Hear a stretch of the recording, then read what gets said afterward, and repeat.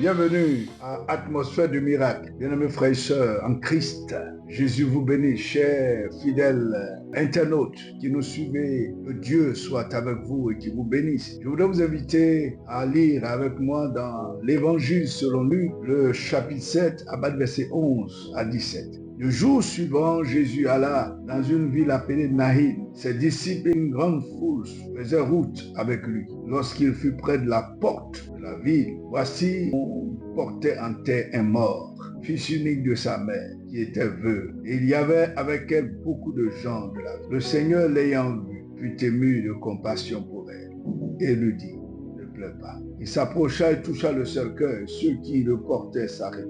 Il dit, jeune homme, je te le dis, lève-toi. Et le mort s'assit, se mit à parler. Jésus le rendit à sa mère. Tous furent saisis de crainte et ils glorifiaient Dieu, disant, un grand prophète apparut parmi nous et Dieu a visité son peuple. Cette parole sur Jésus se répandit dans toute la Judée et dans tout le pays d'alentour. Que Dieu bénisse sa parole. Parole d'atmosphère de miracle en ce jour est une parole de restauration, de restitution et de vie. Toi qui m'écoutes, tu as tout perdu l'espoir. Jésus veut te faire revivre la joie, l'espérance et la paix. Oui, Jésus fait revivre.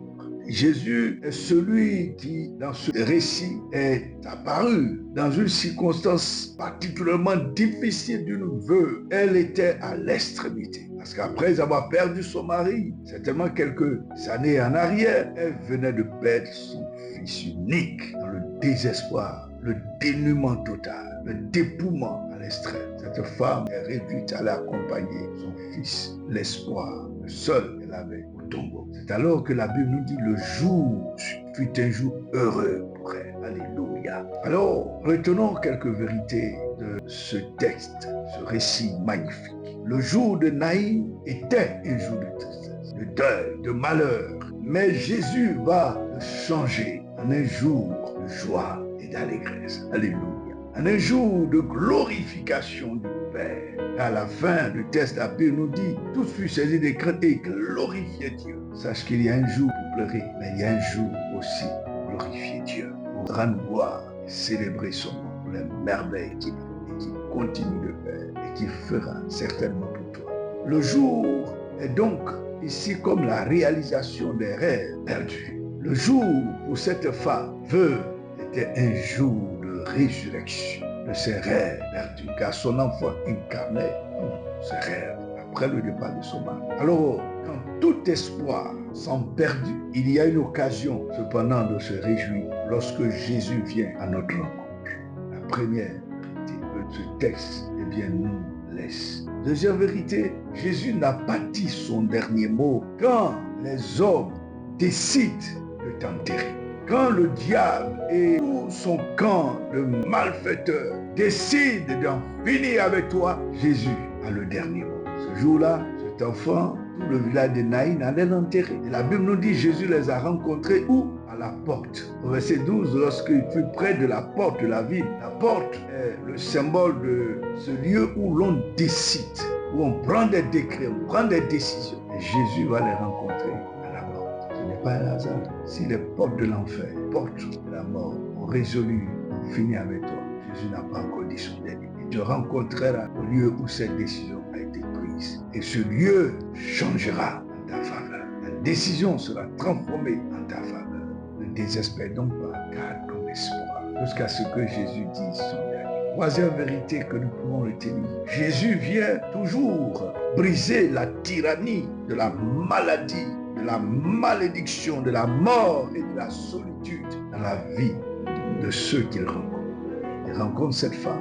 Voici que la malédiction de la mort, la malédiction qui a emporté coup sur coup son mari et son fils, va être brisée. La malédiction de la solitude extrême dans laquelle cette femme allait être plongée va changer. Bien-aimé, quand le Dieu de compassion vient à notre rencontre, quand le Dieu de compassion qui a manifesté cette compassion à travers Jésus-Christ vient à notre rencontre, nous visite, l'espoir est encore permis. L'espoir est encore possible.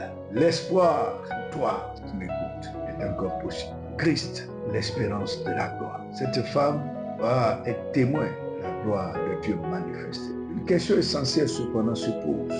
Quand Dieu nous visite, qu'est-ce qui se passe? Ce jour-là, les hommes ont glorifié Dieu de sa visitation. Un grand prophète apparut pour nous et Dieu a visité son peuple. Fut le témoignage de toute cette foule de ce village de Naïm, témoin de la résurrection de ce fils unique. Retenons ceci, que quand Dieu nous visite, à sa compassion, il nous donne la restitution. Ce que tu as perdu, tu le retrouves.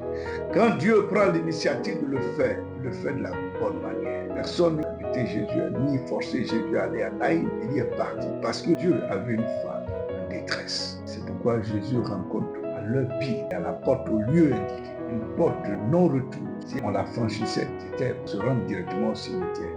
Cette porte de non-retour, Jésus rencontre cette femme et la foule pour changer la vie. Je voudrais te dire, tu as emprunté une voie de non-retour. Jésus te rencontre, te visite pour changer la direction dans laquelle tu es engagé. Ne pas que tu te perdes, ne pas que tu meurs. Garde espoir. Cette rencontre, Jésus, à travers cette émission que tu écoutes, va changer la donne en ta faveur. Alléluia. Te donner restitution de ce que tu as perdu, ce que le diable t'a arraché, l'ennemi t'a volé. Le Seigneur te restitue de grâce et bénédiction au nom de Jésus-Christ. Alors, vous me demandez, mais si tant est que le Seigneur restitue ce que le diable a volé, pourquoi n'a-t-il pas restitué d'abord le mari de cette femme et que c'est le fils qui est restitué?